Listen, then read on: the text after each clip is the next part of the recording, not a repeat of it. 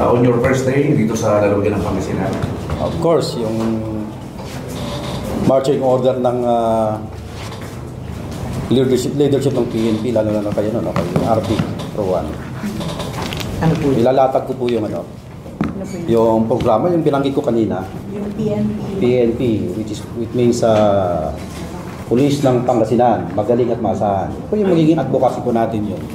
It's more on, dati kasi na-assign ako ng Binondo Police Station, Station 11 Manila Police District. So lahat ng mga best practices doon, pwede natin dalhin doon na applicable para ma-enhance natin yung effectiveness at saka efficiency ng Pangasinan PPO. Although yung pinalitan ko, Sir Fangit, na napakagaling, no? So mataas yung expectation ng leadership ng PNP. So gagawin naman natin yung ating makakaya na kung hindi ko man siya kaya mahigitan, at least makano tayo doon.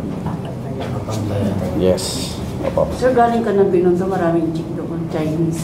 Opo. Ang nahawakan ko po doon sa sa Manila Police District Station 11. Hawak ko rin po yung Divisoria at Binondo. Karamihan po mga hawakan ko magugulo. Nasa hindi po ako ng Baklaran bilang PCP commander. Tondo, sir, kasama? Doon sa Station 11, merong area na Tondo din. Kaya ano yun kasi, may mga lugar na hawak ng Station 11, party ng Tondo. So you think, sir, kumpara mo sa pinanggalingan mo, what do you expect from Pangasinan? Pangasinan, hindi naman din sa akin yung Pangasinan dahil nasa na rin ako dito bilang provincial investigator noong 2000. Yes, for 1 year dito. Tapos nag-hepe rin ako ng Ordaneta City at saka San Carlos. So anong magiging focus ng inyong leadership dito sa Pangasinan PPO? Ang focus ko dito is yung police visibility. So, improve natin yung crime prevention at saka yung sa crime solution. So, have been a police person? Sa nakita ko doon sa sa roster of troops ng Pangasinan PPO, enough naman. Nasa more or less 3,000 tayo. Ano po yung... Para ma-attain natin yung police visibility. So, mas ipapriority ko yung deployment ng karamihan ng mga police sa labas. Especially at night, lahat ng mga police cars natin, blinkers on, nakikita sa labas. Kasi yan pinaka-effective na crime prevention talaga. Yung omnipresence ng police sa lansangan. Sir, maliban sa iyo pong advokasya sa gagawin po dito, ano po yung marching order po ng governor po sa inyo? Of course, yung marching order, yung kagaya ng mga ginagawa ng mga kapulisan natin sa crime prevention at crime solution, dapat yung efficiency namin doon sa crime solution tumaas.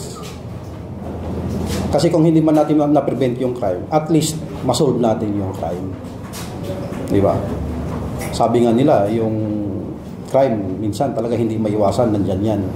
Pero, so gagawa natin ng paraan na masolve yun. So meron tayong i-introduce na mga innovative ideas na dadalhin dito.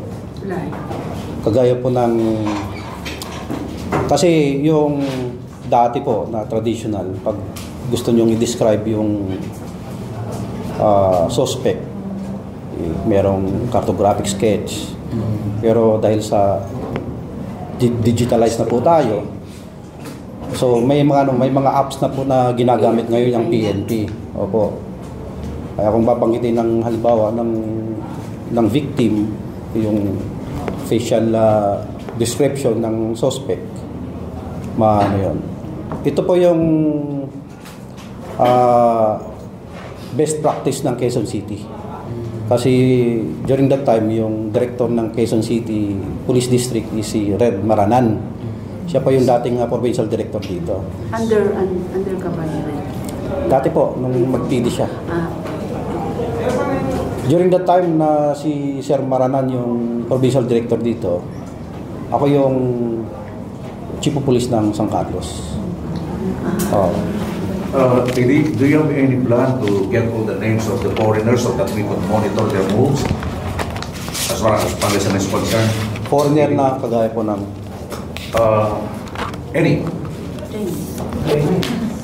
Sa SWAT.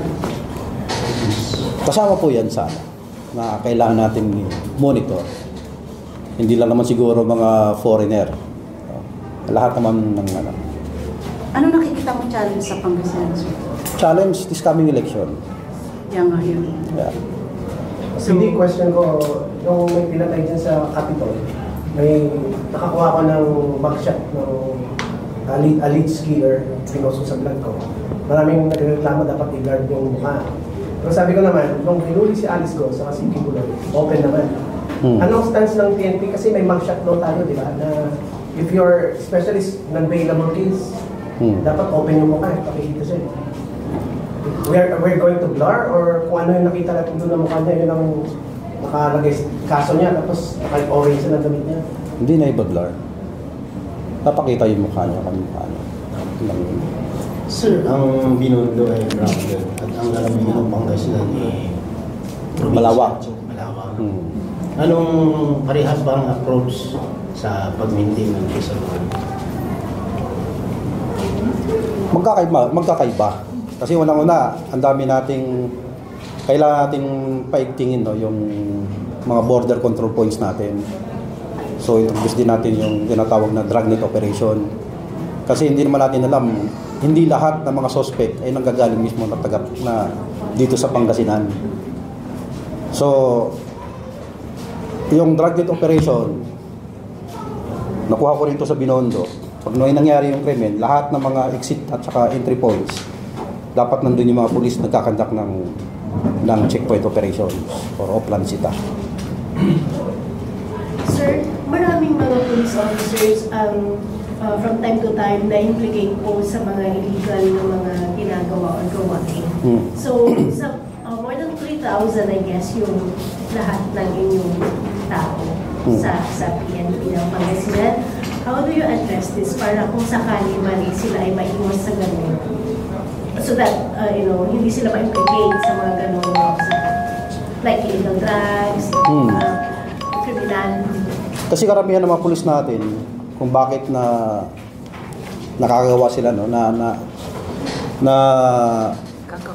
sa ibang landas, tinatawag dito, naliligaw sa landas dahil una-una talagang lubog yung iba sa utang, no? Importante talaga yung financial literacy program na dapat introduce sa kanila para maging financial literate. Kasi yung iba dyan magsusugal. Pag maubusan ng pera, gano'n mangyayari doon. Tulad yung first day ninyo, mayroon mo ba kayong plan to at least mag-undergo sila ng reformation or para kahit pa paano yung mga yung kanilang values. Opo, i-maintain po natin yun. Opo.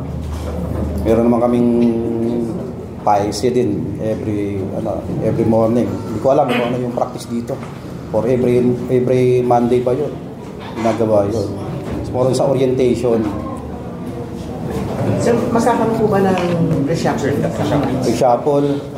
Expect po natin yun, magkakaroon ng reshuffle. Lalo-lalo na yung mga station commander sa mga chief of police na nagpas na ng 2 years. 2 years. Opo. Performance-based, sir. Yan po yung natin i-consider yung dapat with merit, no? Hindi naman natin basta-basta tatanggalin ng isang chief of police kung magaling naman siya. Sir, this early, anong nakikita mong bayan na magiging hotspot sa election? Bayan na magiging hotspot. Para maging ready ka, lahat yan, i-consider mo muna na hotspot yan. Opo.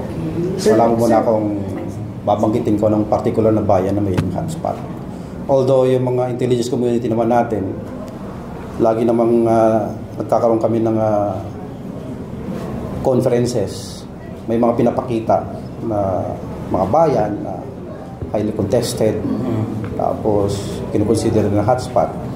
Of course, pag-upo ko, kailangan ko munang aralin muna. Sir, lately lang po nagkaroon po tayo ng magandang accomplishment sa Bayambang na halos 6 million po na halaga ng illegal drugs na huli. Ano po yung approach po natin dito sa campaign kontra illegal drugs? Sa campaign on illegal drugs, yung tutuloy pa rin natin yung supply reduction at saka demand reduction. Yung supply reduction, siyempre nandun yung continuous yung operation natin against sa illegal drugs. Ang minumonitor natin dito yung mga coastal areas. Yes. Na yung modus ngayon is binabaksak nila yung mga contraband, tapos pinipick up na lang doon.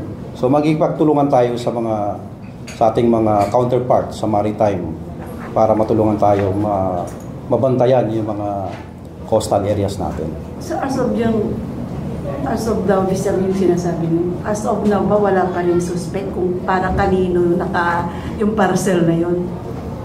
Kanino naka-address yung mga parcels? Yung mga floating shabu po. Floating shabu. Pag-aralan mo po yun kasi hindi ko masyadong nakuha. So saan kayo galing bago dito? Yung pinaka-last na assignment yung before? Last na assignment ko is from finance unit ng 4A. 4A? 4A. Opo. 4A. Oo. Pero native Calabarzon. Calabarzon. Ang assignment ko kasi para at least magkaroon kayo ng idea, nag-umpisa ako bilang company commander ng Special Action Force for 5 years. And then na-assign ako as chief of police ng Mindoro Occidental. Particularly sa Mamburao. After ko doon sa Mamburao, nag-PCP commander naman ako ng Baclaran. So after ng Baclaran, na-assign na po ako dito sa Pangasinan as provincial investigator dito sa PPO. Pili personal circumstances nyo, anong class kayo sa PNPA, anong probinsya nyo? I am a member of PNP Class 2002. Yung originally, from Samar po ako. Doon ako pinanganak. Yung tatay ko dating sundalo. Yung mother ko naman from Zamboanga City. Pero karamihan ng mga assignments ko dito sa Luzon. Na-assign lang ako lately sa Region 9, Zamboanga City as chief ng Regional Civil Security Unit 9. Ilang taon ka na, sir? I'm 47 na. Kapag pinagpong election period, Colonel, maglalabasan po yung mga baril unlicensed with the hard dealers. So, paano po natin hihigpitan ito, Colonel? Of course, lahat naman ng operations natin is intelligence driven. No? May mga na-identify naman tayo ng mga gun for hire. Kakusapin natin yung mga operatiba natin na paigtingin yung campaign against doon sa firearms. Sa loose firearms. Hindi na rin sa akin yan. Nung masign ako ng San Carlos, ang dami kong nakumpiska dyan. So babalik lang ako dun sa yung crime prevention, crime solution, police visibility, ano yun, sir? Mababawasan ba yung trabaho ng mga police sa loob ng opisina? Something gano'n? Ganun po yun.